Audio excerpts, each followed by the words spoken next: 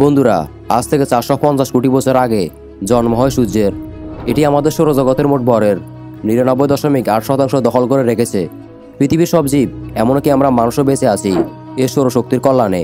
শুধু সূর্যই আমাদের বাঁচিয়ে রেখেছে বিষয়টা কিন্তু তা নয়। তবে সূর্য ছাড়া পৃথিবীতে প্রাণ বেঁচে থাকা হতো একেবারে অসম্ভব। এটা একটা চক্রের মতো করে কাজ করে। সূর্যের আলোয় আমরা আলোকিত হই, গাছের তৈরি করা খাদ্য খেয়ে বেঁচে থাকি আমরা। পাশাপাশি আবহাওয়া ও জলবায়ু নিয়ন্ত্রণেও সূর্যের ভূমিকা অপরিসীম। সূর্যের মূল জ্বালানি হাইড্রোজেন। এখন পর্যন্ত সূর্য মূলত হাইড্রোজেন ফিউশন বিক্রিয়ার একসঙ্গে মিলে হিলিয়াম তৈরি হয়। দুটো হাইড্রোজেনের মোট ভর, তা থেকে সৃষ্ট হিলিয়ামের ভর তার চেয়ে কিছুটা কম। তবে এই যে হারিয়ে যাওয়া ভর, এটি পরিণত হয় শক্তিতে। এই শক্তিকে আমরা দেখতে পাই আলো হিসেবে। হ্যাঁ, কারণটা যা ভাবছেন তাই। তবে আলোর পাশাপাশি রোদে গেলে যে আমাদের গরম লাগে, এর পেছনে কিন্তু সৌরশক্তির কারিগরি আছে। কারণ আর কিছুই নয়, তাপ ও শক্তির একটি রূপ। তার সূর্যের আলো যে অংশটা দৃশ্যমান নয়, সেটা আমরা তাপ হিসেবে অনুভব করি। কিন্তু কে বা জানতো এই সূর্য একদিন আমাদের মানব সভ্যতাকে ধ্বংস করার ক্ষমতা রাখে। আমরা হয়তো সবাই ঘূর্ণিঝড়, তুষার ঝড়, এমনকি মেরু অঞ্চলের দূরঝড়ের সঙ্গে পরিচিত। এসব ঝড়গুলো পৃথিবী পৃষ্ঠে থেকে দেখা যায়, কিন্তু এই বিশাল সূর্যের মাঝেও ভয়ানকভাবে ঝড় ওঠে। যে ঝড়ের কারণে ক্ষতিগ্রস্ত হয় পৃথিবী। আর পৃথিবী ক্ষতিগ্রস্ত হওয়া মানে তো আমাদের বিলুপ্তি হওয়া। মাত্র গত সপ্তাহে একটি শক্তিশালী সৌরঝড় দেখেছে পৃথিবীর মানুষ। এই সৌরঝড়ের প্রভাবে পৃথিবীর বিভিন্ন প্রান্তে তৈরি হয়েছিল অরোরা বোরিয়ালিস বা মেরুজ্যোতি। ঠিক একই ধরনের আরও একটি সৌরঝড় পৃথিবীর দিকে ধেয়ে আসছে বলে জানিয়েছেন বিজ্ঞানীরা। তারা আরও জানিয়েছেন আগামী 2 সপ্তাহের মধ্যে এই সৌরঝড়ের দেখা মিলতে পারে।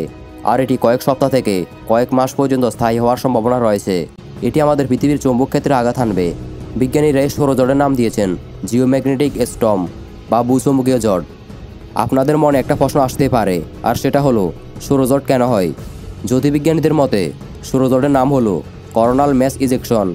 সৌরঝড়ের কারণে সূর্য থেকে তীব্র চৌম্বকীয় কণার নিঃসরণ হয়।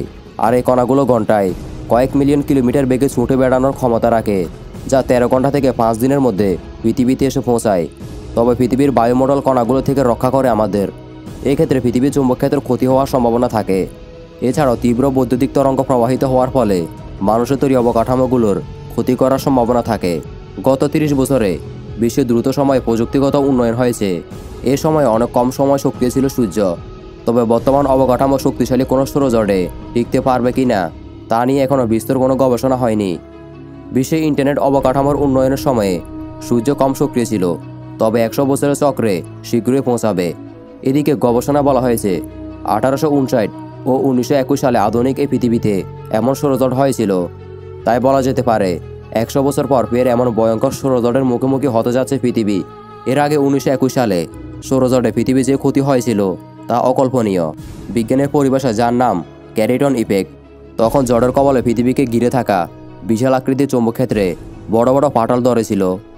এসবের ফাঁকা জায়গা দিয়ে বিষাক্ত সৌরকণা আর মহাজাগতিক রশ্মি প্রবেশ করেছিল। গবেষণায় আরও বলা হয়েছে পৃথিবীর উপর এমন ভয়ঙ্কর সৌরজড়ের আঁচড়ে পড়ার সম্ভাবনা অনেকটাই বেশি থেকে যায়। এবারও তেমন একটি সৌরজড়ের কবলে শিকার হতে পারে পৃথিবী, এর সম্ভাবনাই বেশি। তো বন্ধুরা, আপনার কি মনে হয় পৃথিবীর কতটা ক্ষতি হতে পারে? আপনার মূল্যবান মন্তব্য অবশ্যই কমেন্ট করে জানাবেন। আর আমাদের চ্যানেলে নতুন হলে অবশ্যই চ্যানেলটি সাবস্ক্রাইব করে রাখবেন আর ভিডিওতে একটি লাইক দিন। দেখা হবে অন্য কোনো তথ্যবহুল ভিডিওতে।